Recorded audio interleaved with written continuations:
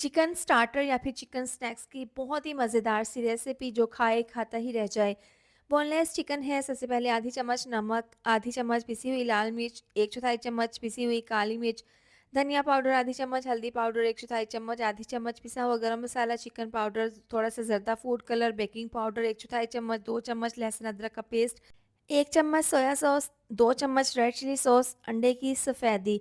अब ये डालकर अच्छे से मिक्स कर लेंगे। 10 मिनट के बाद 2 चम्मच मैदा, 2 चम्मच कॉर्नफ्लोर दोबारा से मिक्स कर लेंगे। ज़बरदस्ती इसके ऊपर कोटिंग हो गई है, दोबारा से 10 मिनट के इसको रेस्ट दे देंगे। अब टूथपिक के ऊपर इस तरह से ये बोटियाँ डाल देंगे। बोटी का साइज़ थोड़ा सा छोटा है तो 2-2 बोटियाँ इस तरह से इसके अंदर आ जाएँगी। अब ऑयल को गर्म करने के बाद इस तरीके से ये चिकन स्टार्टर डाल देंगे और फ्राई कर लेंगे। दोनों साइड से अच्छा-सा कलर आने के बाद निकाल लेंगे। बहुत ही क्रिस्पी, बहुत ही जूसी चिकन स्नैक्स तैयार है। आप इसको ज़रूर ट्राई करें, आपको खाकर मज़ा आ जाएगा।